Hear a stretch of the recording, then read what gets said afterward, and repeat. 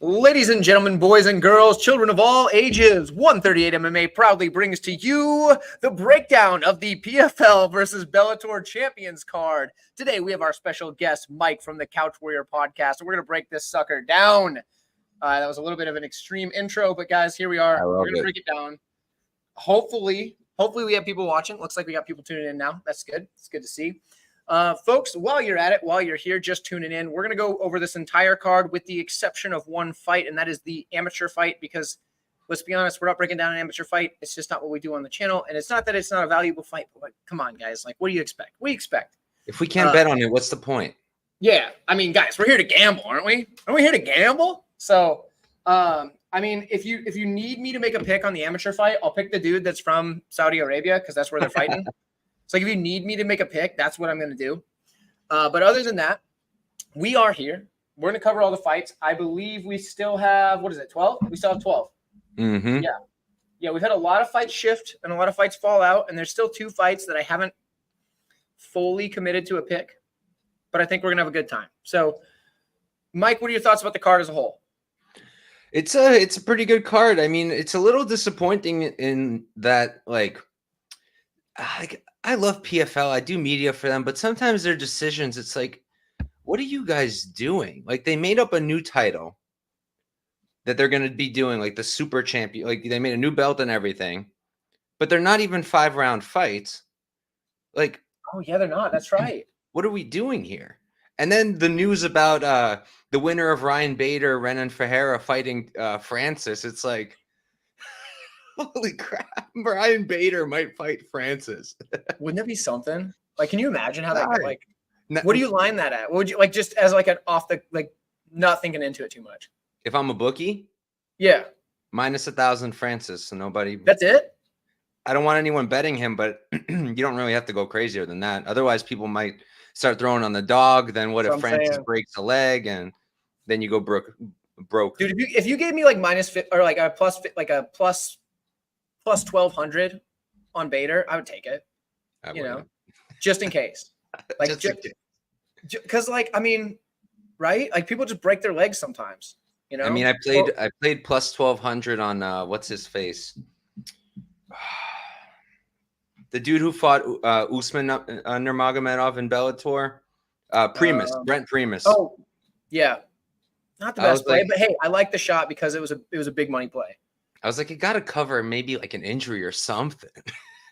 Yeah, dude, that's so tough. Usman, yeah, he's so good, dude. He's really good. Mm-hmm. So it is what it is. It is. We've got Daz down in the chat already. He's doing whatever that emoji, like a fish or something. I like that. No, I think that's laughing or excited.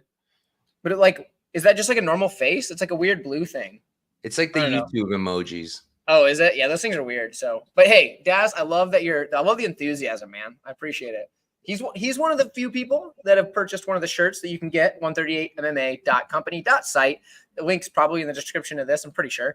But he's one of the people that bought the shirts early on. Fantastic human being. I love it. So either way, Daz is the man. And what do I say? Chur, right? Isn't that what they say? Chur? Another thing? Isn't that what Kiwi says? I think that's what everybody from that part of the world says, right? I don't know where they're from. I'm assuming Kiwis from Australia. Yeah, well, they live in Australia, my understanding, but they're from New Zealand. Because like one of my trainers that works for me, she's from New Zealand. She's a scientist. She came here to the United States because like she's a scientist, and they like the company was like, "Yo, you got to come here." But then she like works in my gym part time just for fun. Yeah, there you go. So it's a New Zealand thing.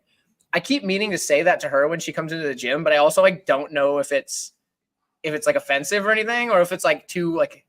Maybe Daz can help me out. Like, dude, Daz, can you say chur to like women as well, or is that weird?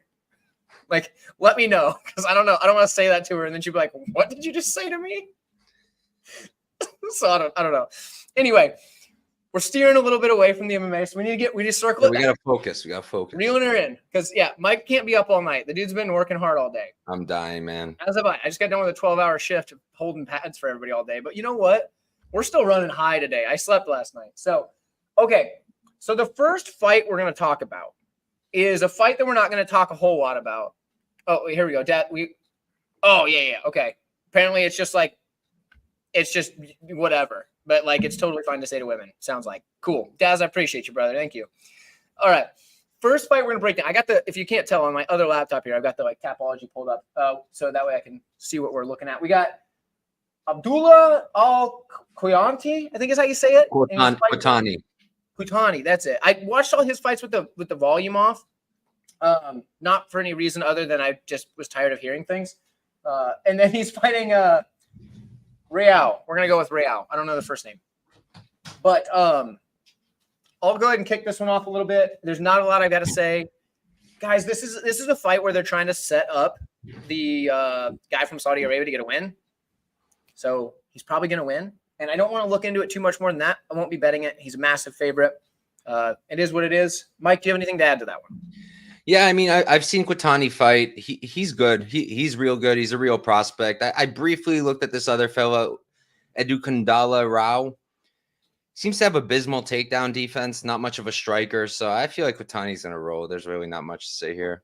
And what sucks, so there's a lot of fighters in that area of the world where like in the Indian regional scene, for example, where they have like a lot of wins and their record looks great, but they have fought like people that have never thrown a punch in their life. You know what I mean? It's a tough regional scene. Yeah, it's rough. Like I've seen some bums on the regional scene where I'm from, but like over there, the guys that aren't even considered bums, some of them are bums. And it's just because it's so new there. So it's not like, I'm not like just crapping all over Indian MMA because there's some good ones over there. And one of my buddies is over there. There's the GOAT. So there's the GOAT Anshul Jubli. Anshul Jubli. Dude, I actually think he's got potential. He's just not there yet. Bro, I think anybody knows that he has potential, but betting him at minus 700, 400, bad move. Bad move. It was a bad move. Unless you played both sides, which is what I did, and I recommended it to everybody, and nobody listened to me. But whatever. Play both sides. I played Breeden round 3 and Jubli money line. It worked out perfect. But I digress. We move on. So here we are. This is the fight we've been waiting to talk about. Gosh, I kind of wish we weren't going to this one next. Actually, tell you what, we're going to go to the next one. We're going to come back to this one because I'm going to build up to this one. Okay, right. So we're going to go with Bellagio Ali Walsh taking on Emmanuel Palacio, I think is how you say it. And guys, like this is another one. Like Ollie Walsh, this is a setup fight for him. He's supposed to win this. He's a massive favorite. Last time I was like minus 1100, but it's probably more now. And he's probably going to win by knockout and probably within the first 2 rounds. I don't think he takes it to the third. But I mean, they're trying to build this guy because he's the Ali name, right? That's what they're doing. I understand it. It makes sense. Oh, there we go. Kiwi Brew in the chat throwing Tur out there. Now we know what that means now, Kiwi. I appreciate you. But Mike, what do you think about this fight? Is there anything to add to it other than Ollie Walsh is probably getting the knockout? Yeah, I mean, look, they gave him a striker. I looked into this guy a little bit. He's a kickboxer, Muay Thai guy. I'm pretty sure it's kickboxing, but it's clear they're giving him a kickboxer because they don't want him to get grappled in his first time pro fight. But I will say, I've done a lot of coverage for PFL. I've gone to their events and gotten to talk to these guys. And Ollie Walsh, for such a young dude and who's been amateur for a minute, real good head on him. Like he's smart. He wasn't letting anybody rush him. Every time he won, people would ask him, when are you going pro? When are you going pro? It's like, I'm taking my time. And I think he's going to do a lot of good things. He's a stud. Dude's a stud. Yeah. I kind of agree. I mean, he's not ready for like a big step up in competition yet, but yeah, I mean, this is his first pro fight. It's just weird that his first pro fight happens to be at the PFL stage, which is actually funny. A buddy of mine is going to be making his debut in his first pro fight for PFL as well, because PFL, they're doing what Bellator used to do, where he's I can't think of his last name right now because I can't like release it because I can't tell everybody like what's going on. But I can give his first name because that's a pretty common name. But anyway, so the deal is like Bellator used to do that where they'd sign guys and they'd be like, okay, so this guy's never had a pro fight or at least a pro MMA fight or anything. But if we get to him before the UFC does, we can build him up. Like AJ McKee is obviously the biggest one that they've done. They've had others. Brennan, a lot of them. Mm-hmm. That's like that was their thing. Right. And they had some good names built, but obviously AJ McKee being the most. We'll talk about him later. But now PFL said, okay, that was a good idea. We're going to take that from Bellator. We're going to keep with that. Well, they got him early. He was fighting amateur for PFL. Right. But like, that's the thing though, like building these guys up before the UFC before they're even on their radar is how they're going to get them early. And that's what they need to do. So they're doing a good thing there with Ollie Walsh. When my buddy debuts for PFL, don't you worry, I'll let you guys know. But it hasn't officially been announced yet. It's sometime this summer. But anyway, so yeah, I think that's kind of what they're doing, and it makes sense. Ollie Walsh probably gets the win, probably by KO. But we move on to the fight that we've all been waiting for. And I know a lot of people are like, what are you talking about? Here's the deal. Mike and I have been chatting about this off and on. Way too much. This is the fight. Clarissa Shields takes on Kelsey DeSantis. I don't know if she has any relation to the Florida governor, but maybe. I went into a rabbit hole trying to figure it out. So she's from Florida, which lines up. It does. And she retweets him. There's got to be some relation. There's got to be some relation. There has to be. I mean, I guess it could just be a common name, but like, I mean, from Florida, same last name, retweets him. I feel like they're related. But either way, here's the deal. She's fighting Clarissa Shields. Mike, Mike, I'm going to let you start this. I ran through the easy ones. Let's give you this one first. Yeah, so I mean, I've been doing PFL for a minute, breaking down PFL for a minute. And, you know, Shields is a great boxer, but she has, I'm not seeing it in MMA. You know, we see a lot of stars successfully transition, and sometimes they start badly, and then they're able to, you know, Alex Pereira lost his first MMA fight, but with her, you just don't see much advancement, and like the ground game isn't improving. And then she beats Brittany Elkin after being completely outgrappled by a 3-6-0 Brittany Elkin. Then she loses to Abby Montez by getting outgrappled, and then disappears for almost 3 years, just boxes with no MMA again. So, and now you're throwing her back in MMA. They think they're giving her a layup with Kelsey DeSantis over here, 1-2-0. I don't think it's a layup, man. I don't think it's a layup. Like, I think I'm straight up picking DeSantis to win. I think I'm doing that. She's a walking punching bag. Don't get me wrong. And Clarissa can put her out. But her grappling is actually pretty decent. She doesn't do it a ton on the tape, but I did my rabbit hole digging. She's a jiu-jitsu brown belt. She won IBJJF's, whatever it is, in Miami this past year. You know, so she's out there competing, grappling. And with Clarissa having such a big hole, I can't help but think that Clarissa's just going to get out grappled here, man. Okay. So, yeah. Okay. I agree with a lot of what you're saying. First, I want to shout out Chronic Combat Conversations. Those fellas over there. I don't know which one's actually running the the main YouTube page, but those fellas are fantastic. Guru from there is going to be on my MMA trivia night coming up pretty soon. So that's fantastic. It'll either be next week on Thursday or the Thursday after. I haven't decided yet. I'm waiting for everybody's schedules to line up. But Guru's going to be one of them.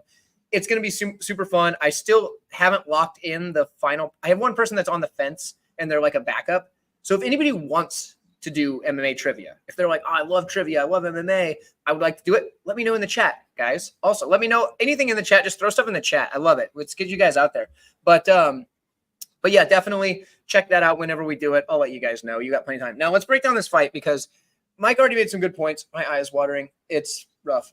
Anyway, so Clarissa Shields is the far better striker. It's not close because when you watch Kelsey DeSantis, she doesn't react well to punches. And this is the thing that you don't want to see is when she's getting hit. That's not what you want to see.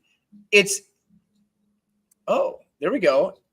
I'm going to hit up Eric. I was actually thinking of him. I was thinking of him. Do you know Eric? Hit him up. I do appreciate that. Thanks, Daz. You're the man. You're the man twice tonight, dude. Good job, dude. But yeah, so for Kelsey DeSantis, she covers up like and doesn't strike back. My coach would have ripped me a new one if I did that in a fight. He'd be like, they're not going to stop punching you. You have to do something about it. And she just covers up. Even in her one win, she is just getting destroyed and just getting hammered away. But she somehow toughs it out and then lands a shot. I don't even know how she put the girl down with this. The girl must have a glass jaw. I'm like, man, but like you said, though, she's a brown belt in jiu-jitsu. If she can somehow get this fight to the mat, Clarissa Shields is toast. So I'm torn because if this fight doesn't get to the mat, she's going to get wrecked. She's going to get hurt so bad because she does not. here's the thing about like people are like, oh, so and so is the way better striker when we're talking like UFC fights and stuff like that. Yeah, maybe they are, but they don't react to fights the way that like a low level regional fighter does. Even the lowest of level in the UFC, when they're getting hit, they don't just like cover up like this. She does that, and it's really not good. Now, I hope she doesn't see this and get mad at me, but it's the truth. And sometimes it's just what it is. She's going to call her governor, uncle, grandpa, whatever he might be. Whatever he might be, he'll get mad at me. That's okay. Like, I'm sure he's a nice fella. I'm sure she's a nice lady. I'm not trying to start a beef, but like the truth is she covers up and it's not what you want. You can't do that. So if this stays on the feet, Clarissa Shields is literally just going to, she doesn't throw anything back. There's no reason for Shields to stop throwing until the ref pulls her off. And that's what's going to happen because she knows how to throw hands. She's a boxer and that's what's going to happen. But if this fight gets to the mat, DeSantis has a real chance of winning this because Clarissa Shields cannot grapple, not well. And that's a real problem. And at the line that we're getting, I might have to bet DeSantis. Although I do honestly think she loses. What do you think about the under? What's that lined at? Minus 130 for the 2.5. I like that. It's not bad. I don't think because there is a chance that it ends up looking greasy like Clarissa's last two because I don't think either of those went under. Even the one she finished. I actually don't remember. You got a point. Yeah, and it's been 2 decisions for DeSantis in her losses. I don't know, but like I want to bet DeSantis is because of the line, and I want to bet that submission prop because of the line. But like she's not good. She's not good. And Clarissa Shields isn't good either, but I think we're judging not good on 2 different scales. So not good for like a PFL level promotion or not good for like a regional level promotion is a different story. And I think I see a lot of not good for a regional level promotion in Kelsey DeSantis. So it's scaring me away from her. But I might throw like $5 or something on her by submission just because, you know? That's 1,200, man. Dude, that's what I'm saying. Like it's like a big payout. So I don't know. She is a brown belt, like you said. This is the fight that like really has me messed up. But so far, I'm picking like for an official pick, Clarissa Shields. But that still might change, and I'm probably going to throw $5 on the submission prop. But that's where I'm at. Do you have anything else you need to say about this one? Because I know this one. No, I think we should definitely move on. We're gonna go through the rest of them a lot faster. But yeah, we're already on fight number 5, so it's cool. Out of 12, we have Aaron Pico versus Henry Corrales. Now this was a late replacement, right? Because Pico was originally fighting, was it Braga, right? Braga. Yeah. And then Braga had to move to fight Pitbull. Because Pinedo dropped out. So we've shuffled the card. I'm just making sure I got all my notes right because we have to shuffle the card a lot this week. And Corrales now steps in. Now Corrales is a guy who he's kept fights really close with guys that he should not be keeping close. Like, for example, I'm going to pull up this record here. Corrales is a guy that even in losses, and wins, like that Magomedov win, dude, nobody thought that was going to happen, but he did. It was like plus 300.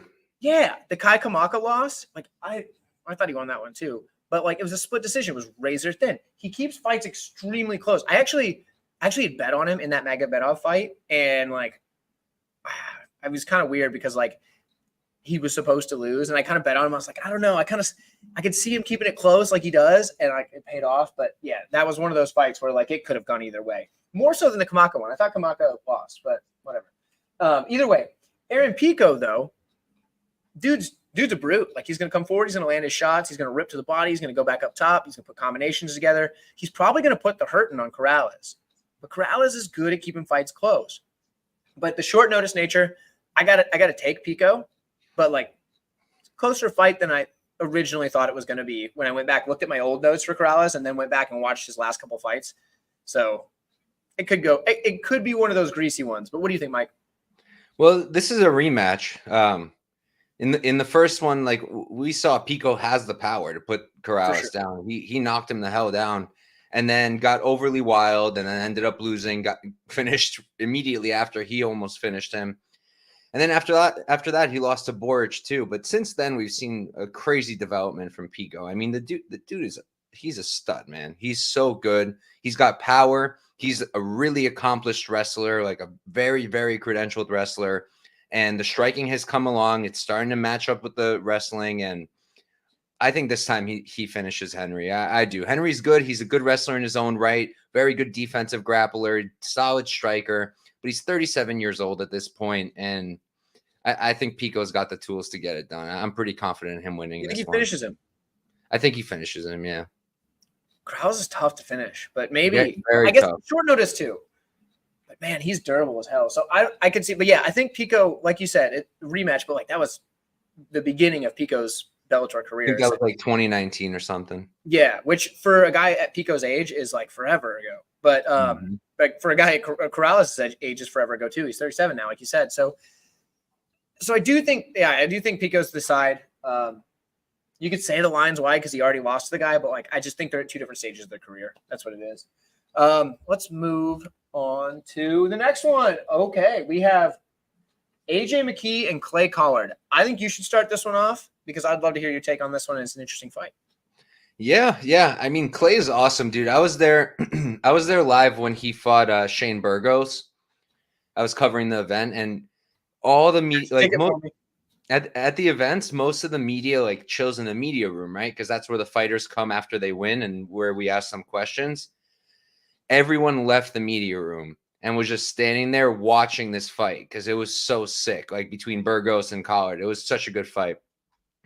But in terms of the matchup, again, it seems like they know what they're doing here. They're setting up McKee. Should be a fun fight as long as it's on the feet. Collard is a fantastic boxer, fantastic striker, nonstop output. He's just one of those guys who will put on a relentless pace. I believe it was him, the Jeremy Stevens fight. I mean, that was freaking awesome too. Like, he goes to war, but AJ McKee, he's another guy. He's an absolute stud, really well-rounded, grappling background, fantastic grappler, fantastic jiu-jitsu. Striking is developed too. I think it's the grappling that's going to get the job done here. You got a guy who's was primarily a grappler versus a guy who is primarily a striker, who we have seen lose via the grappling. He just lost to OAM. I think McKee will get it done, but how, that I can't tell you. So yeah, that's the thing. If McKee does not choose to grapple with him, it will be a closer fight. I still think McKee can edge it. Like, I think McKee can win a striking match. Just the way that he fights, he's hard to really. What's the word? He's hard to like get ahead of on the scorecards. Just like everything he lands, judges see that as like, oh, that was huge. The way he does it, the way everything looks so clean, all that stuff. So he gets ahead on scorecards pretty quick. So it's hard to beat him that way. But his grappling is probably going to be better. I mean, he's got one loss in his career, and that's to Pitbull, who's like the best Bellator fighter that ever has been. And that was questionable too. He might have won that fight. It was real close, and I was really happy because I bet on Pitbull, so that was really nice. I did not bet on Pitbull in the rematch. I did not, or in the first. In the first one, I bet on Pitbull in the rematch, not the first one. I bet on him in the rematch, so I actually played the right side on that one. Yeah, so that was questionable, and I was surprised too. But either way, I think when you look at AJ McKee and Clay Collard, you got the fans are probably – this is probably going to be the one of the more fun fights because when it's on the feet, Collard's going to be coming forward throwing bombs. But I think McKee's going to be able to win more areas. I think that's why he's going to get it done. But the line is closer than a lot of these big like Bellator guys over the PFL guys, where the Bellator guys are just massive favorites. This is one of the somewhat closer ones. Last I saw McKee was like minus 270, but that was a few hours ago. Yeah, I think it's climbing now.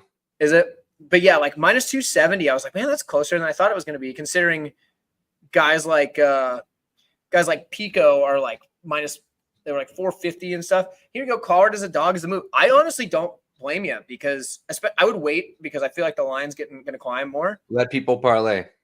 Dude, yeah. Because like, honestly, I've avoided parlays with McKee. Like, he's one that I'm like, yeah, he probably wins, but who knows? It's a close fight. It's a tough fight. But we move on. We're going to get to a couple of squash matches in a bit, so we'll breeze through those. But we've got one here that's actually really close. And like all the fights leading up to this, I could just assume what side you're on. I don't know in this one necessarily. We have Thiago Santos and Yoel Romero. Tell you what, you can go first again on this one because I want to hear your take more than I care to give mine. Yeah, I'm going with Grandpa. I'm going with Grandpa Yoel at 46 years old, almost 47. Look, this fight's probably going to suck. It's probably going to be one of the worst fights on the card. Super low volume.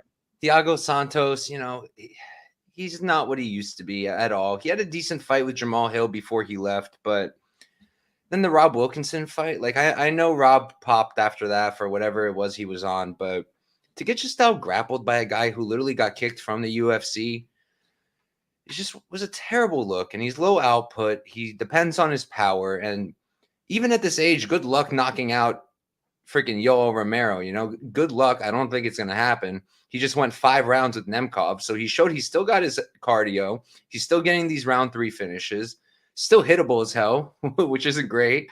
But in a fight that I think is going to be really low output, I think that I rather go with the guy who I think is more durable and the guy who I think has at least a wrestling advantage, because in the striking, it's close. Probably lean Santos. Yeah, he's probably still the better striker.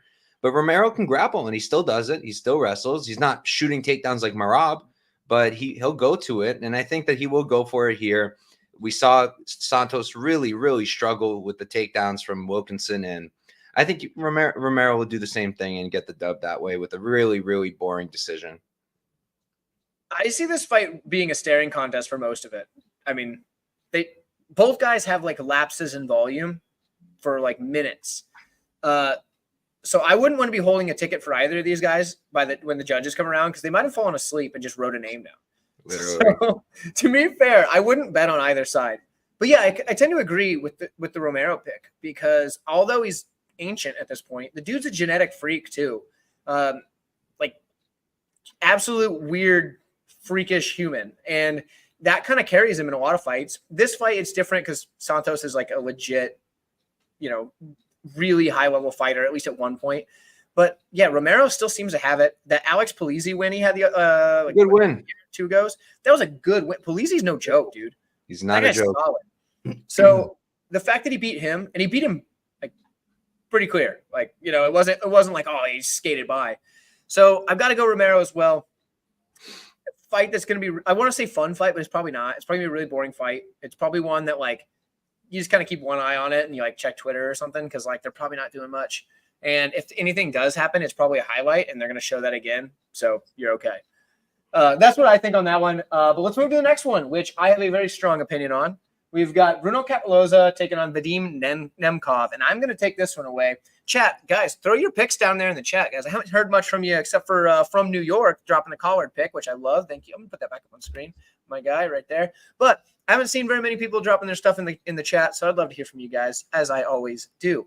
Also, like the stream while you're at it. But for me, it's Vadim Nemkov all day. He's the far better fighter. Can he get caught? Yes, absolutely. Capoloza is a heavyweight. Nemkov, not naturally, but here we are, right? And I believe this is at heavyweight. So for Nemkov, the dude is probably going to weigh in, God, what do you, like, what, 130, 140? Or I mean, not 130, 230, 240, 130, Jesus. Yeah, he's going to weigh like 230, probably 240 is my guess. But like, for me, I think it makes sense that Nemkov's going to be the better fighter overall, and he's going to have the skill advantage everywhere. And I think the line is justified. So I know it's like -5 something. Rightfully so. The only thing I could see for Capoloza is just landing a big shot. And that's not what you want when you're like on the side of a guy. But what do you think, Mike? Well, yeah, I mean, yeah, I think Nemkov's going to destroy him. Like, first off, you mentioned that Nemkov was a light heavyweight. So was Capoloza till the PFL. He was also a light heavyweight, and he's been weighing in 240, 230. So there's not going to be like, heavyweight versus light heavyweight, big difference. Like it's not going to be there. They're going to be the same size. Nemkov might even be bigger than him. What's up? Wouldn't that be wild to see? Like you go in like the guy that was the light heavyweight champion versus the heavyweight champion, and the light heavyweight's bigger. Like it just is a mind, like it doesn't seem right. Capoloza wasn't even champ last time out. That's true, but he's like representing the PFL as champ. Yeah. You know what I mean? So, but as you were saying, I interrupted. In my personal opinion, I think Capoloza stinks. I don't think he's a good fighter, really, to be frank with you. I mean, I just really don't. I don't think he's that good. I think he can be taken down, controlled. Mateus Scheffel, I mean, terrible loss, horrible loss. Nemkov's going to do whatever he wants here. Like, he's going to wipe the floor with him. I think he's going to knock him out. And Kapolosa's just going to need a real lucky punch to knock out Nemkov, and who's done that? One person back in the day, and it wasn't a one-punch knockout. It was a retirement. Oh, wasn't that Yuri? Mm-hmm. Yeah, which that guy's a hard guy to fight. So I get a little bit different than Kapolosa. A little bit different. And like if they fought nowadays, I don't know. Nemkov's looking a little bit fresher form than Yuri these days after that shoulder injury and stuff. So I don't know. Here we go. In the chat, we got Edwin as the lock of the century. We're gonna be covering that one soon, brother. So when we get there, I'm gonna re-highlight you, but pretty soon. I won't say whether I agree or not yet, but you can probably guess. But yeah, dude. Off my face, how I feel. Yeah, that's exactly right. That's exactly right. Let's move to the next one. This one's another one where it's kind of like I probably know your side, but we've got Ray Cooper III taking on Jason Jackson. What do you think, Mike? Yeah, I mean, this is another one where it's like pretty clear what's probably going to happen. You know, I mean, it's MMA and it's Bellator / PFL. So what you think is going to happen usually does not happen. But I mean, Ray Cooper has just fallen off a damn cliff. I don't know what has happened to the man. Doesn't have his athleticism anymore. Doesn't have his physicality anymore. The pop in his punch seems to be gone for the most part. And he's fighting a guy here who's really, really damn good. I mean, Jason Jackson, I used to think he was just all right, like middle of the road. But the way he did my guy Amosov, geez Louise, like Amosov is one of my idiot. Me too. I mean, I was so high on Amosov, literally the only good Ukrainian MMA fighter we had as a country until the GOAT, Igor Poteria, came in and is now our best MMA fighter. Amosov was like it. And then Jason Jackson just dismantled him. So I think Jason's going to win this fight unless he gets knocked out. And I don't think he's getting knocked out. He's going to be the longer guy. Pretty sure he has a reach advantage. Think he's going to be able to do whatever he wants on the feet. And I really do think he's going to win this fight pretty dominantly. Yeah, and isn't this short notice? And that's why it's at 182, because wasn't it like Magomed Kirimov that was supposed to fight originally?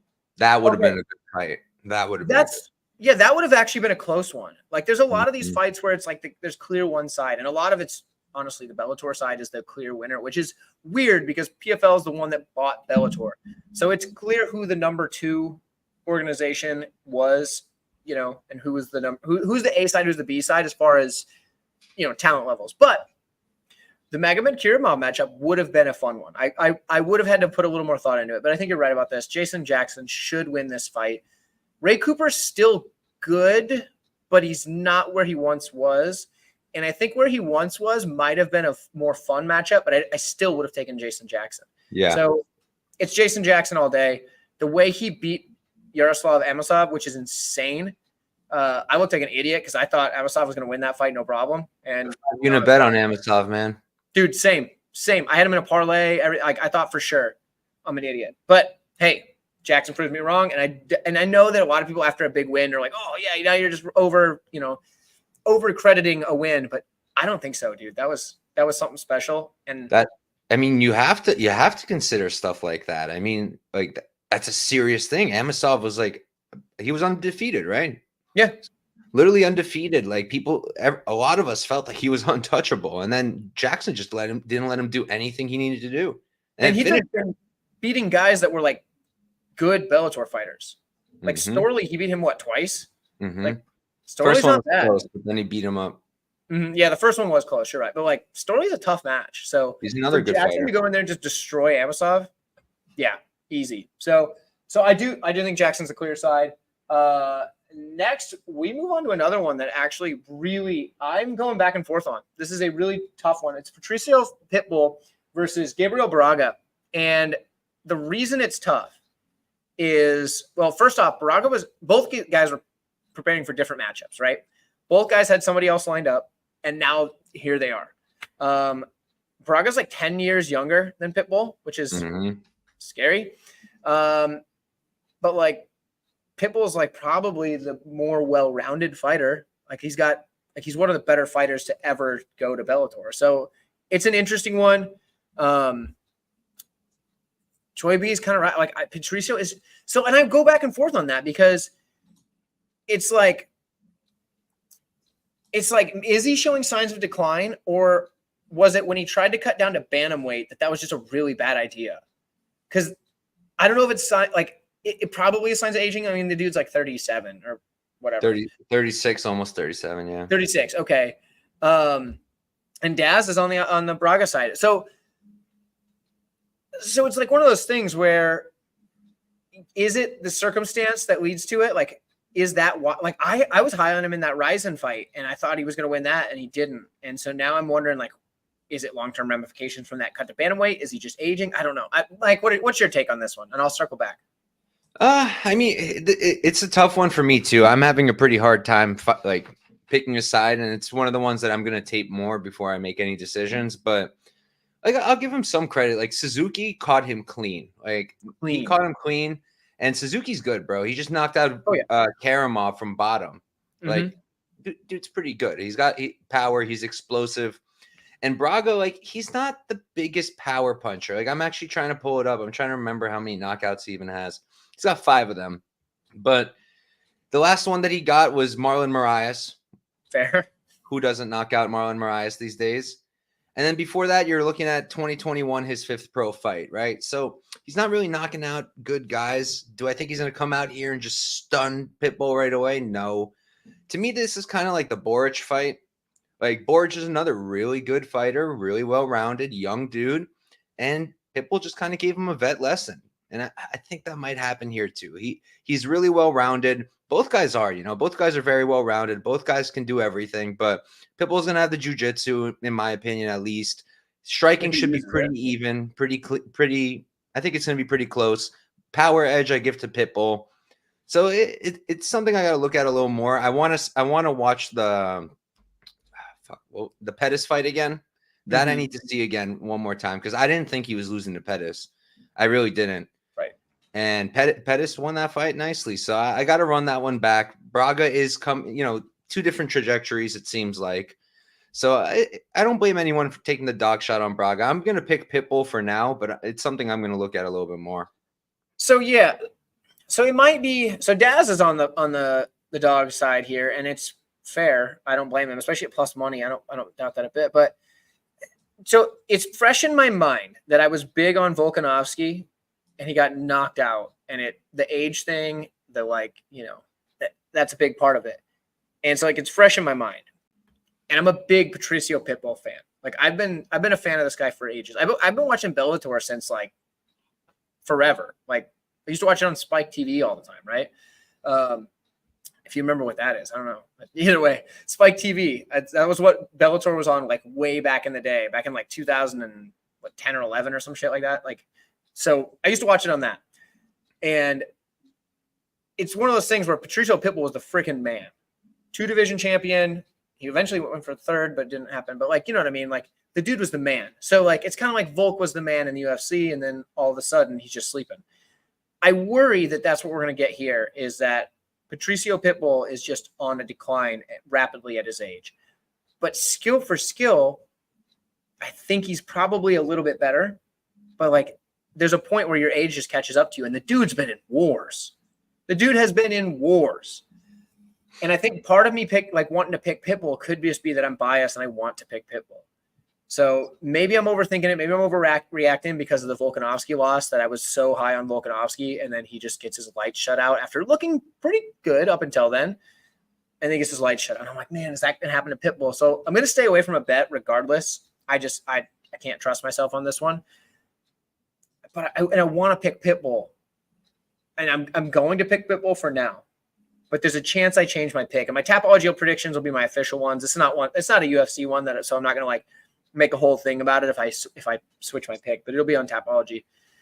But yeah, man, this is a tough one, and I got to lean Pitbull for now, like, kind of like you, but, like, I don't feel good about it. The Pettis fight, you can only take so much from it too, because it's a fight where he went down to 135, a weight class he'd never gone before, as far as I know. And I mean, he was the 155 champion for ages. Wait, if he ever did go 135, it was forever ago, because I don't remember it. It would have been a long time. I was pretty sure that he. 1 sec.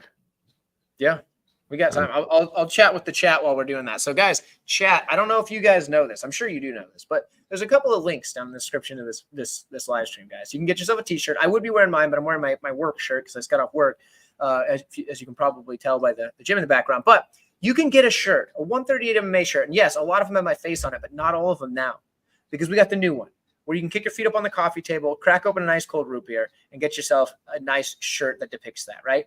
So get that in the link in the description, 138mma.company.site. I know it's a weird website, but it's in the description. You can also get yourself a copy of World of Mixed Martial Arts 5. Your boy Johnny K. Picks actually won one in our giveaway tournament, which was a fantastic time. It was a good time. Don't even get Kiwi started about it. Don't get Daz started about it. Those guys lost. It's fair, but they weren't happy about it. Especially who was Kiwi. the fighter? Who did he pick? Johnny picked Charles Oliveira. It was a lightweight tournament. It was really funny too, because so my buddy Brandon he bought one of my shirts, right? He's actually a pro fighter. And so he picked himself. It didn't go well for him because he's a regional level fighter, but you know what I mean?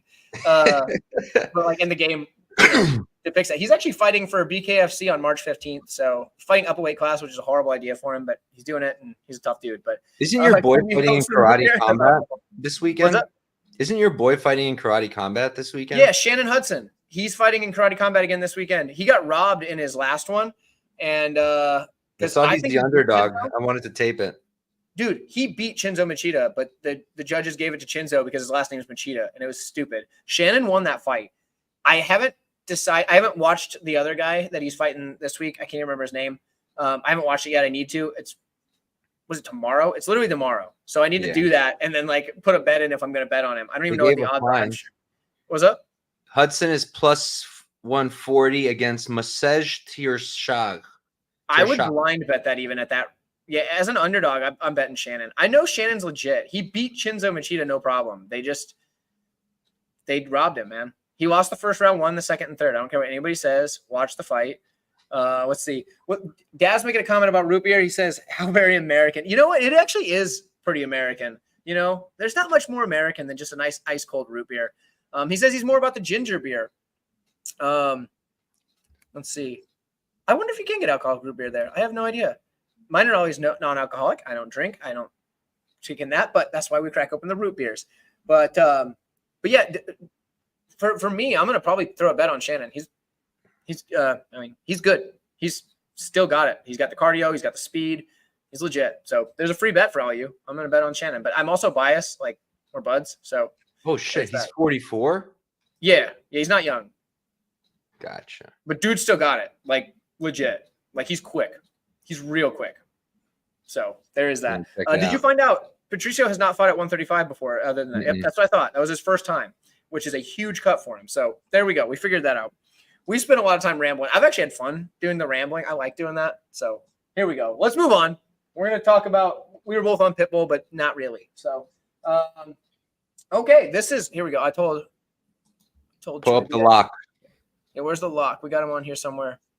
Eblen, lock of the century. There we go. Okay, so we got Johnny Eblen versus Impa Kasanganay. Tell you what, I'm gonna start this one, and then you can take over. But for me, I think he's right. Honestly, I think Eblen's gonna just run through poor Impa here. I don't think it's close. I think Johnny Eblen's better in like pretty much. If they ran this fight 100 times, he maybe doesn't win 100, but like 90, maybe more. Like, it's Eblen all day. If he takes this fight to the mat, it's over immediately. Like, he's just going to steamroll him. And on the feet, yeah, Song and I could put him out, but Eblen's durable as heck. Like, he doesn't just get rocked and wobbled and when he gets hit, you know what I mean? So, like, it's the puncher's chance type of thing, but, like, I don't see it. I think Eblen's definitely getting this thing done. And I don't think Impa's bad. I really don't. But, like, I think Johnny Eblen is that good. That's the thing. Let's see what's up. Yeah, he has improved a lot. But, like, yeah, you're right. Different level for Eblen. And I really do think Eblen's just, like, far above. I think Eblen, if he moves to the UFC, like, say, for example, and he's in middleweight, it might be the champion. Like, he's that good. So, for me, it's got to be Johnny Eblen all day. What do you think, Mike? Yeah, I mean, I think Eblin should win. Do I think the line's correct? No. Nah. I'm gonna Really? be looking at Impa. I haven't played anything yet. This and Pitbull, I want to retape. I want to look at real good. But look, Impa has come a long way. People are just remembering the fact that he left the UFC. Cut. I don't know if he got cut or what happened, whatever it was. But the dude is good. The dude is a good fighter. First of all, he literally was fighting at light heavyweight, not his weight class in the PFL. Was still able to win the tournament. Josh Silveira, everyone was all over him. I was heavy on Impa in that fight. His takedown defense has come a long, long way. He's still getting taken down by some of these guys, but again, Martin Hamlet is a light heavyweight. Corey Hendricks is a light heavyweight. Josh Silveira is a light heavyweight. And he was still defending takedowns really well when he fought Raymond Magomedaliev. Really good scrambling there, really good takedown defense, got his own takedowns. If this is a boxing fight, Eblin is not minus 400. Like if Fair. this is a striking fight, it's not even close to that. It's probably evens. If I would lean Impa in a striking match. Obviously, it's not. It's MMA. But Well, especially because the threat of the takedown changes the level. Like if you say, "Oh, you can't do takedowns," Impa all day. But it's the threat of the takedown that makes the striking good for Eblin. But as you were saying, go that's a fair point. That's a fair point. But I think Eblin's striking just isn't anything special. I don't think it's like spectacular. And I just think Impa's a much better striker. I think as long as he can keep it on the feet, he's going to be winning minutes. If he can scramble, if he can get back up when he's taken down, he's going to be winning minutes. So Eblin has to be taking him down. He has to be grounding him. He has to be throwing in ground and pound and doing everything he can, finish him maybe like Edwards. But Edwards has no ground game. Edwards has no ground game at all. The Tokov fight is impressive to me. Sure, that's an impressive win. Musasi's impressive, and Musasi's aging really hard. And then before that, none of his wins were really that impressive. John Salter. Dude, John Salter's way better than people give him credit for. That dude is so good. He's very one-dimensional. But he's damn good at that dimension. Yeah, but then you put him against another guy who's really good at that dimension and is a better striker, and there you go. So, yeah, I think people are sleeping on my boy Impa. You know, I've been riding Impa. He's been making me a ton of money, and I am going to look at it again. I'm going to check it out. But there's a good chance I might end up on Impa. So you lean Impa, though? As a straight pick? Yeah, like if the odds were not an issue here. Like for my Tapology picks, I need to tape more. Okay. I would say right now, if you put a gun to my head, said pick a winner, I'd pick Eblin. For sure. But I need to look more. In terms of a bet, I think it's a pass if you're not it's dog or pass in my opinion. I feel like Johnny gets it done. I really do. I feel like it's safe. But the line is hard to bet at this point because you just got to put you're pretty much just dumping your sports book to win anything reasonable. You know what I mean? Like you're like, all right, I got to put $5,500 to win anything. You know what I mean? Like, geez, there you go. That's definitely. I wouldn't put $5,500 on Eblin. I would not either. Just for the fact that it's just the risk reward isn't there. Like you're not getting much out of it if you win. So that I get that. I agree. But I do think Eblin's a side, however you say it. But yeah, I think he's a side. I think he's just one of the best, if not the best middleweight on the planet right now. And I think he's gonna be really tough to beat. So that's where I'm at. But we've got one fight left. And Mike, I told you we'd get out of here in about an hour. So we're still doing good. We got 11 minutes. We're on point. We spent the most time on Clarissa Shields of all people. Rightfully so, though. That fight is the one that has me interested the most, and I can circle back to it if we need to. That's how you know we're sick in the head, dude. That's how you know we're sick in the head. It's so tough. Okay, what is Shields by TKO? And we're right back to it. Let me check. I have it open. Plus 115. Really? Yeah. If you think she can stuff the takedowns, that's a great bet. Here's the play. Shields by TKO. Put a unit on that sumbitch, right? Then what you do is you put another unit on the money line. No. You put Get your calculator. 0.8 or 0.75, something like that, units on the money line of DeSantis. And then you put a quarter unit on her by submission.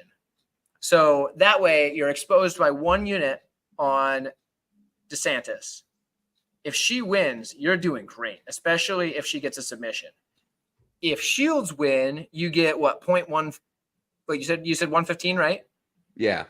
So you get 0.15 profit if she wins by KO TKO, which I think is you're probably free rolling, but the problem is until Shields wins a disgusting greasy decision and all your bets lose. I just can't see a ref letting it go 3 rounds of her just doing this because they also want Shields to win.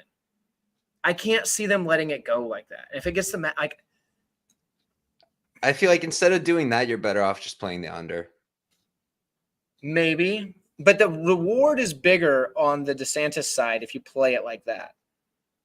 And I'm tempted, guys. I'm really chat. Help me out here, guys. What are we thinking? They're all talking about Eblin and stuff, which I get it. Like that's cool, but like, guys, DeSantis and Shields is on this card. That's a real main event, folks. Okay. Anyway, we move on to the main event. Let's see. Oh, here we go. We got Daz talking about it. Let's see. Shields under 2.5. Okay. Yeah, he says take the under 2.5. You don't think playing both sides is a good move, Daz? You think under 2.5 is a better move? It might be. But that's like minus money right there. Yeah, but it's like minus 120. Minus 120. There you go. Daz said if it's better than minus 150. Okay. Oh, never mind. That's gone. It's gone. What is it now? Minus 165 now. Oh, jeepers. Well, Daz, it's no longer. We're out of luck there. That shit was plus money before? What was? It opened up plus 160 the under. Damn. Wow. I have to go back to playing these early. We got more here. We got take Shields if the line isn't crazy. Yeah, no, Shields, the line is very crazy. Like if you're just playing her money line, it's ridiculous. That's why you got DeSantis. If you're playing Shields minus 450, get help. Yeah, that's a bad move. From New York, that's a real bad move. Don't play her money line. If you're gonna play her, you got to play her by TKO, or you can play her by decision. But I don't think she makes it that far. I really don't. Let's see what we got. Yeah, it's hard to trust the PFL, but yeah, seriously, the under's fair because like they want Shields to win, and if she starts landing volume and DeSantis does this and like just cowers, they're calling it. So, but we can move on to like the according to the Tapology main event, not our main event. We're gonna move to Hernan Ferreira and Ryan Bader. I think I got that. Ferreira, right? Is that how you say it? Ferreira? I can't do it. Ferreira? Yeah, Ferreira. I think you got to pronounce the Ray. I think it's like Pereira, except it's Pereira, except you got to roll the R, and I can't roll the R. So it's like Pereira and Ferreira. I think is how you say it. I don't know. I listened to John Anik try to tell us how to do it. I'm a doofus. Either way, Ferreira and Bader in this one. It's a tough one for me, so I'm gonna let you start so I can kind of maybe sway my way one way or the other. He said, "Do the breakdown," and then I'm gonna just say what you said. Exactly. I mean, look, bro. I don't know. One of these guys is extremely physically gifted, right? We got literally a 6'8" man with an 85-inch reach who's doing backflips. He's 6'8" and he's doing backflips. Should be criminal. You know, he's a pretty good fighter too. Like he's not bad. In the striking, he's great. He uses that range really well. Extreme power, and it's entirely possible they run out there. Bader comes in and Ferreira just knocks him the hell out. The issue is that at the same time, he's going out there and he's losing to freaking Klidson Abreu via being grapple fucked. Like Bader can probably just out grapple him for it's only 3 rounds too. Like he can probably just out grapple him, maybe even get a ground and pound like Ante Delia did. This is a tough fight for me, and I really can't play either side. Like I've seen both be underdogs. Like I think it's pick 'em now. The line's been flipping every single day. And I've considered Ferreira as an underdog because he's the younger guy. He's 34. Bader's already 40. The Goltsov win was pretty impressive. I think Denis Goltsov is an underrated dude. I think he's a legitimate heavyweight fighter. And I feel like I'd pick Goltsov over Bader, but styles make fights, you know. Here we have striker versus grappler, and the striker can't really get up when he's taken down. So that's the problem. This is another one I'm going to have to look at a little bit more. It's 3 fights that I'm going to check out again. Pitbull, Impa, and I want to check out Hernan Ferreira one more time. I'm going to pick him because I feel like he has gotten better with the scrambling, with the get-ups, with the takedown defense. It's improving. He knows what he needs to work on, and just the power is insane with the guy. And I feel like I just see him coming out there and just knocking Bader out. I feel like that's probably the most likely outcome, at least in my mind. Sounds like Daz agrees with that. Let's see, what is it? Isn't Bader 40 years old? I think you gotta like drop a 0 off of that, but otherwise, but yeah, no, I mean Bader's up there, so, and that's the problem for Bader because I agree. Like, yeah, it's either a knockout or he gets taken down right away. So that's the thing. So the fact that it's 3 rounds, 3 5-minute rounds. They don't do the thing like the UFC does where the main events are always 5, and then sometimes they randomly throw co-main events that are 5 for no reason, which I hate. But either way, this is a 3-round fight. And that helps Bader for the fact that, like, he's only got to get the guy down 3 times and not get knocked out in the process. Exactly. But yeah, he needs 3 takedowns to win this fight. At the same time, that's a good way to put it. He has to get this guy down 3 times without getting knocked out. So depending on how you emphasize the words, depends on whether or not that sounds like a good thing or not. But, like, it's better 3 than 5 in the sense of Bader. Yeah, I mean, his last fight being against old Fedor, that's true. But, like, it wasn't that long ago that he was beating some guys that were pretty decent. He did not deserve the win over my guy Moldavsky, though. That was a highway robbery, if you ask me. It was a rough one. It was close, right? I mean, it was close. And then Henderson got the win right before that after he paraded his whole ass family before the decision was. Dude, I was furious about that. That was rough. I was so pissed. It's like, dude, how are you going to pull up, grab your daughter, put her on your shoulders, run around the octagon before the decision? If I'm a judge and I'm thinking this fight's close and I see that, I'm like, well, I guess I got to put down Henderson now. Well, then that's a smart move. That should all fighters should do that. Probably, but it pissed me off, man. Dude, I get it. But all fighters should do that. From New York agrees with you. It was a robbery. I did feel like the decision went the wrong way for sure. So I get it. But it was, I mean, like, you know, it is what it is. This one, you're like, it's like you, and I promise I'm not just doing the thing like you said I was going to do, but I kind of am, but not intentionally. Like, I did think that, like, if Bader can get it to the ground, he's got this. But, like, he has to do it 3 times. Him getting caught is pretty likely. Do we see a Masvidal flying knee? I don't think we'll get that. That's some shit he could do, though, for Hera. He That's definitely could do it. And if Bader's smart, he's shooting for a takedown the second the fight starts. Like, don't feel it out. That's just more time for you to get knocked out. I think he has to. He has to. So, like, I wish I just played both guys at plus money throughout the week, but I didn't know that that's what we were going to get for the line. So it wasn't like I could predict it. I've done that in the past. I've been like, okay, I know this line's going to flip. Play this guy, even though I don't want to pick him. But because they're plus money. It's too close to ARB, though. You wouldn't make anything anyways. Dude, it's never every been penny wider counts like when you're trying to buy groceries with your gambling winnings, my friend. Dude, like, I'm not kidding. Like, an extra $20, dude. You know how much extra, like, lentils I can get for $20? You know what I mean? So, like, these lentils suck, but they're cheap. I fuck with lentils. My girl thinks I'm crazy, dude. I have an irrational like for lentils. Yeah, they're fine until you eat them like every night for like months. Then they're kind of bland. Like, rice and lentils is my go-to dinner because it's like, this is cheap, I guess. Tyler's sitting in his metal bunker, closed his fucking Walking Dead zombie door, sits down, nice big bowl of lentils, some rice on the side. I just mix them together, honestly. One of a kind. Mix them together with salt and pepper, and that's what I do. It's rough. I mean, it's not that bad, honestly. It's not that bad. But, you know, so, hey, like I said, if I could play them both at plus money, that's pretty good. But for me, if you're going to pick a side, you got to go with the Ferreira side. I think this is the reason this one's probably the main event over, like, say, the Nemkov Kapoloza fight is, like, PFL is the parent company, and they think they got a better shot in this one. That's my guess. Because if they're doing, like, the heavyweight thing where it's, like, the heaviest, like, oh, the heaviest at the top of the card, then they wouldn't have the order that they have them in. Like, you know what I mean? Except for the main event. That's the only one that's like that. But I think that the PFL put this one up there because they want the last fight that people see to be the one that the PFL guy wins.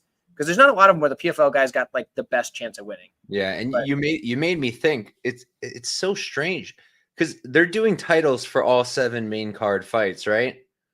I think so. 2 of them are heavyweight. Are 2 of them? Yeah, that's right. Because that's right. The Nemkov one. Okay, so yeah. And, like, what the hell title is the Jackson fight? 182, I guess. Yeah, the winner of the 182-pound championship. I don't know, man. Like, I love PFL. I love working with them, but they make some strange damn decisions. They do, dude. Okay, you probably can't say anything, but that like Don Davis, dude, annoys the absolute heck out of me. I He's can't cool. stand that He's guy. chill. I'm sure he's great, but dude, he annoys the shit out of me. Like he's bad for business, if you ask me. Like the dude, he comes off as like the slimiest dude. He comes off as a guy that's like trying to sound super nice and be like super like really cool, but he's just a slime ball. Like he's like so good at trying to be a salesman that he's bad at being a salesman because you can tell that he's really good at being a salesman. You know what I mean? That's what I get from him. But maybe he's not. I think as a company, they're just trying to do too much. Like they're doing too much.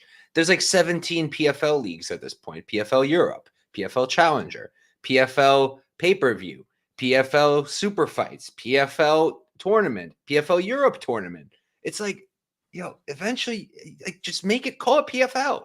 Yeah. Like, UFC doesn't change its name every time it goes to a different country.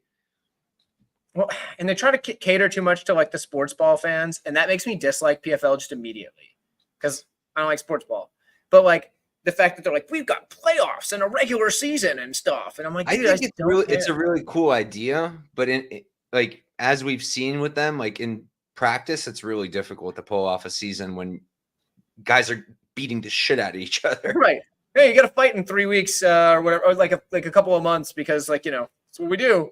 Like I know you just got nearly decapitated, but sorry, bud. Yeah, it's kind of like the reason that like the UFC got rid of their tournament style. Sure, one night tournaments are a little bit crazier, but like you got things happening like UFC 3 where the guy that won the whole thing was an alternate and his only fight was in the championship against a guy that just fought 2 other guys in the same night. Yeah, of course he won. You know what I mean? Shout out Steve Jenham. So there you go. But either way, that's kind of like the PFL style. It's just I don't know. I want to say Bellator was better, but they obviously didn't survive, so maybe they weren't that good. But I'm hoping they find their footing now that they got a new roster. Hopefully what happens is PFL says, okay, enough with this BS. This is not a good idea. We're just going to put everybody together in one thing. We're going to call it PFL. Bellator's gone. Sorry. And then we just have rankings and people fight each other. It's fights. It's not sports ball. Then they can compete. And then I think they can compete with UFC, but maybe. I mean, I'm not saying that this year or even in the next 5, but over time. Okay, so especially with you have like another 10 minutes or so. It's getting so watered down. What'd you say? Do you have like another 10, 15 minutes or so? Yeah, 10 minutes. Okay, so here's the deal. We're going to chat about this. The guests that are here are going to get a treat. Here's what we need to talk about. So PFL can't compete with the UFC by just saying, oh, we have better fighters, because we know they don't. They don't. They have a couple of fighters that can compete at the highest level in the UFC, maybe even be the best, but it's after you get past the top guy, it's a huge drop off. Like, yes, everybody thinks that Johnny Ablin, Patchy Mix, Bellator guys could compete at the highest level in the UFC, if not be the champion. But like after that, then what? You know what I mean? Then you're in trouble because it's the rest of it's not there.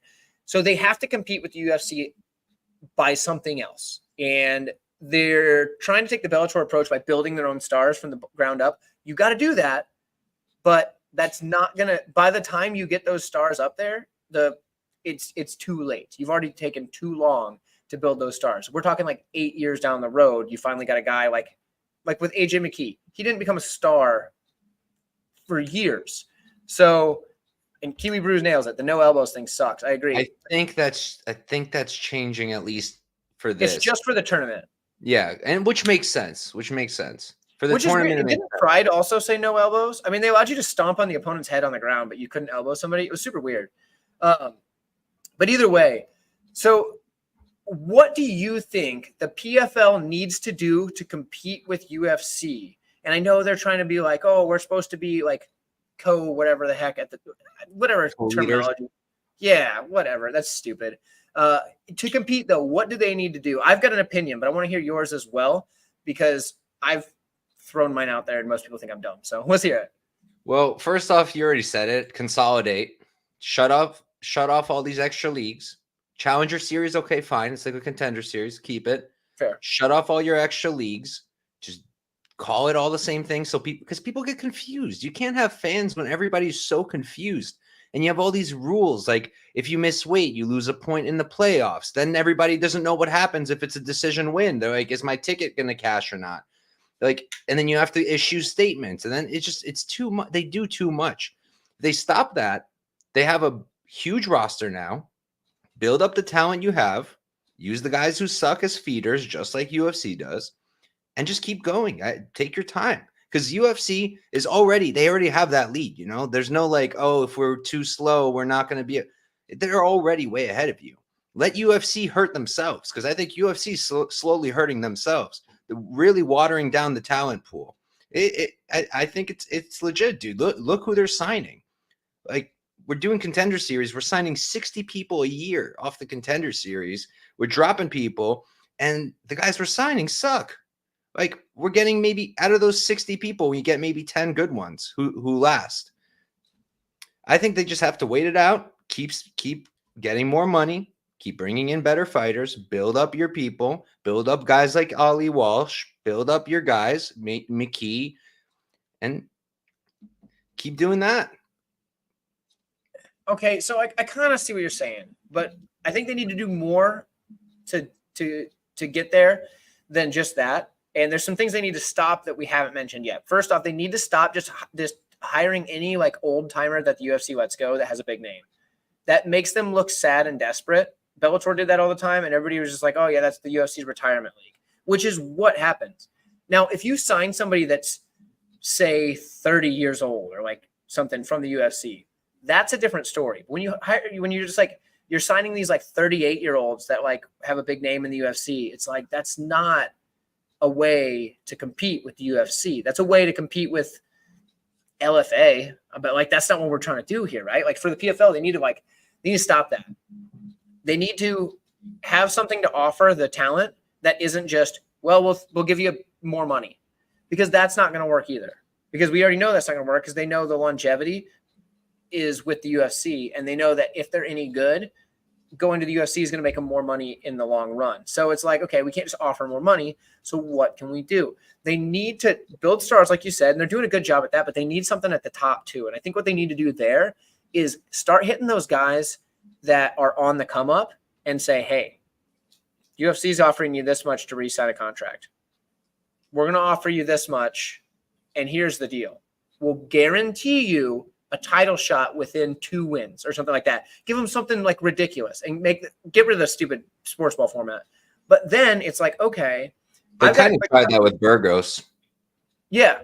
And like, but Burgos is one of those that like, he was starting to slip in the UFC. You know what I mean? He wasn't on the way up anymore. They need to get the guys when they're still on the way up. And that's how they got to do it. And that's not going to necessarily just make them a night and day. Like, oh, now all of a sudden they compete, but it's going to be a start. If they start getting like, say they sign somebody that's on the come up, that's looking really good, and you're like, oh, this guy's really something. And then they sign him like just out of nowhere, and you're like, hold on, what? Kind of like they did with Santos, right? Talia Santos. Like she was still like legit, and the PFL signed her. They need to do more of that. Wait, Tyla? Yeah, Talia Santos. Didn't they sign her? PFL? Did they? Wasn't that a thing? Am I crazy? Did I dream that? I know she got dropped for whatever. I don't know what happened there, but no, I think PFL stole her. I don't think so, bro. I'm pretty sure. Somebody in the chat let us know, right? I'm pretty sure. I'm not seeing anything on Google. Maybe I dreamt that. I do think about MMA a lot, so I could have just dreamt it. But I was pretty sure that was real. Either way, maybe I just dreamt that. Yeah, she didn't sign with them. Maybe that's a thing. Maybe that's what I was thinking. I'm like, oh, okay, they need to sign her because she's still like towards the top. I don't know. Maybe that was it. But either way, they need to sign people like that where they can snag people that are like still on the way up, not like people that got there, failed, and then they get them on the come up. And they have to find a way to draw them over. I don't know if the out from a title shot and two wins thing is like the way they do it, but something like that needs to be what they're like. They need to do something other than, hey, we'll give you more money. Lead with the more money, and then this, and then kind of like they got Francis because they were like, yeah, you can box and stuff, and we'll give you all this other dumb stuff like that you want to do. Like Francis was a big deal, but then they also don't have anybody for him to fight. So now they're like, okay, who can we get that Francis can fight? Who's on the come up? Like, say on the way up, they snag Jailton Almeida. You know what I mean? Oh, shoot. All of a sudden, that's a really big deal. Are they going to get Jailton Almeida? Probably not. But if they did, oh, okay. PFL's doing something, right? That's what they need to do. They start going after those guys. Stop going after the guys that got there and failed. But that's me. That's what I think. Get rid of all the leagues, like you said. And then also get it so people in the States can watch all of the product. I mean, I understand that there's other countries in the world, you know, they're viewing our live stream right now, you know, from all the way down there in the land down under. But the point is, the United States is like the place that they put the shows on at the prime time in the States. People in the States should be able to watch it. People in Europe, we can't watch it. That's stupid. So just get them all so you can watch them. I don't know why that's like a big deal. If they just made it all PFL, you could. So I don't know. That's what I think. But they have a long way ahead of them. Hopefully they don't go out of business before then. Because if they go out of business now, it's just it. Because then the next best promotion would be one championships, and they're not really doing much MMA anymore. And they're a shit show. They're a management shit show. Disaster. Well, they're not even hardly doing MMA. They'll have a card, and they'll be like 2 or 3 MMA fights, and like 3 Muay Thai fights, and like a grappling match, and like, you know, a pillow fighting match, and like a rubber chicken on a pole, like, you know, like something. Like they're just doing different stuff that's not MMA. So like I don't even really watch one championship. Like there was a while where I was like, oh yeah, I like one, and then I'm like, not really. So then after that, you got nobody except for what, Ryzen? I don't know. What's next? You know? Probably KSW, really. KSW, that's true. I'll give you KSW. They'd be the next one, but like there's not that many. And they're nowhere near close. They're far behind. So we need the PFL to stick around, but they need serious changes. So I don't know, but we can get out of here. I know you need to go to bed. I could probably go to bed too, because like I don't ever sleep, and that's not good. So chat, I appreciate all you guys tuning in. You guys know where to find us, but Mike, do you have anything specific you want to plug? I know you just had a really good interview. Yes. Oh, the interview will come out soon. Torres Finney, got to talk to him. Dude is awesome. Really, really like talking to him. Guy's got a crazy good mindset, and I have a strong feeling we're going to see him in the UFC pretty soon. And then, yeah, I do want to plug, I am now a part of, I'm officially behind a paywall. Haven't been for 4 years, but got hit up by the guys at Beer Money Discord. Ended up signing with them. Working with them, I'm doing their MMA picks. The membership, it's like $40 a month, 25 bi-weekly. I can get you a discount code, 25% off. Just DM me if you want it. It's not just me in there. It's not just MMA. I think I'm like the only MMA capper. Everybody else does like basketball, college basketball, baseball, hockey, whatever. I think someone yesterday, or no, 2 days ago, ripped a crazy ticket, like plus 4,000 or something. Like the entire Discord cashed it. And then one of the main guys today, he put out like a golf thing, like a plus 25,000 guy to start the tournament. And at the end of the day today, that guy's tied for first place, and that line is now like plus 6,000 or something. So damn, they're good. These guys are good at what they do. So check that out. You can hit me up for a code. The links are all in my link tree. You can find that on my YouTube at Couch Warrior podcast. Subscribe to that anyways, because I'm still posting my videos. Those are free. Still give all my breakdowns just the same. The YouTube shorts are out. If you only want 1 minute videos, you don't want to listen to me for an hour and a half, you can watch those. And follow me on Twitter at Couch Warrior Pod. And that's all I got. Thank you, Tyler. As always fun doing shows with you. Funniest dude in the space. Easy. I appreciate that. I really do. I think we do a good live stream. I think the chat loves it. I think we do a good job of talking with the chat. I think they can attest to this. And by golly, you're fun to do a live stream with as well, my friend. You too, my brother. Is that Finney interview going to be out like tonight? It could be. I got to see. I need to go to bed, but I might just put it up.